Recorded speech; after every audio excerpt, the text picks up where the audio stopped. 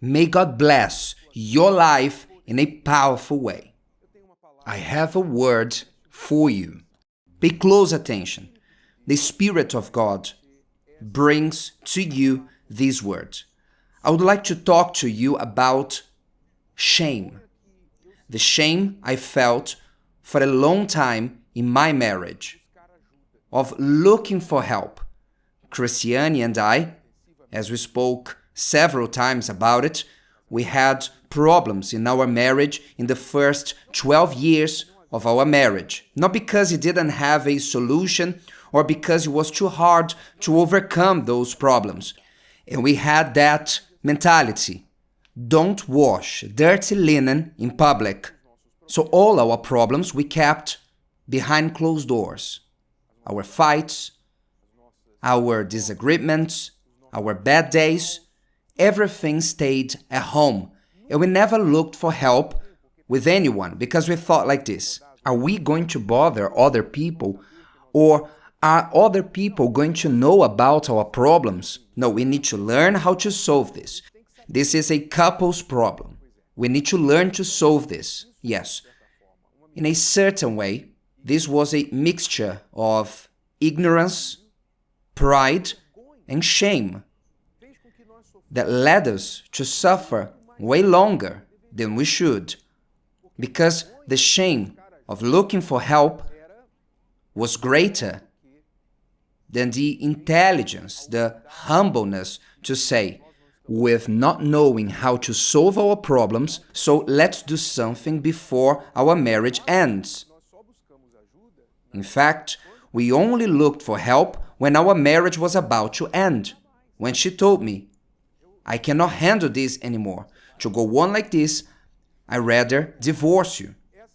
So when this situation exploded, then one phone call, asking for help, was the beginning of the change for our marriage. We speak more about it in the Bulletproof Marriage book. You who read it, you know what I'm talking about. See how shame in many people's lives has been the impediment to solve their love life problem, because they think that they should know already. For example, today I understand.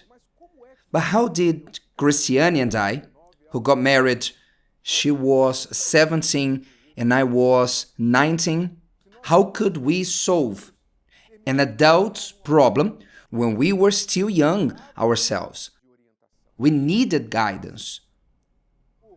But for many reasons, we thought we should have known all of this. We should have got married already knowing it. Have you heard that saying, when a daughter is born, a mother is born? Yes. When a marriage is born, a husband and a wife is born. You don't have the duty to know it all. When you exchange vows on the altar, you will learn. You will have to learn.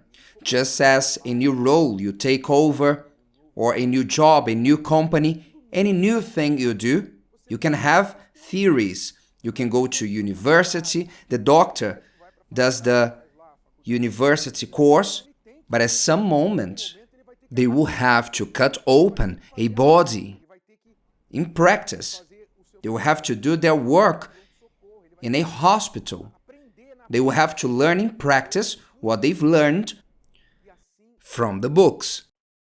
The same is with the marriage. So if you are suffering, making mistakes, you've tried to get into relationships and you failed, today you are divorced or separated under the same roof, you cannot get along with each other, pay attention, dear friend. There's no shame of you looking for help for your marriage. The shame is for you to remain as you are. King David spoke about this shame. Look at what the holy text says. My dishonor is continually before me, and the shame of my face has covered me. In other words, he had the humbleness to declare, to write, and until today we know about it. Thousands of years after, We know that King David had shame. He was ashamed, confused, dishonored. We know about it. Why? Because he was not afraid of registering, writing it down, his dishonor, his shame of his face. He had no shame to say that he was ashamed. So looking for God's help, he had a solution. And this is what the love therapy offers to you. You are there with a love life far from what it should be. You are just getting by in your marriage. You barely can understand each other, talk about anything. Maybe you have no intimacy for weeks, months, maybe even years, like two friends, or even worse, like two enemies in the house. Your life is to work because your money is your husband, your wife, your job is your marriage. And you don't stop to think, wait, what am I doing with my life? What am I doing with my life? I need to invest in my love life. You don't stop to think about it. And then, when a program like this talks about the love therapy, display the name love therapy. When you see this, you run away from it like the devil runs away from the cross. Just as the devil runs away from the cross. Do you know why? Because of shame and pride that there is within you. Shame and pride. And because of your shame and because of your pride, you are there, confused, without a love life, a worthy marriage, maybe about to get into a new divorce, one more year alone. When we are young, that's okay. But when time starts to pass by, you start to desire someone to warm you up. Am I right? All of us want to be loved, someone who cares about us and approaches us and says, have you eaten today? Have you taken your medicine today? Are you sleeping well? Are you in need of anything? Everybody enjoys that. Am I right? When you are young, you don't value this that much. But time starts to pass and you start to say, I need to take care of this area of my life. Yes, but this begins with your humbleness. For you to leave the shame aside, to be humble before God, you should be ashamed of the situation you are living in and not the shame of looking for help with God. Because His arms are open wide to help those who want help. That is why I invite you this Thursday to participate in the love therapy.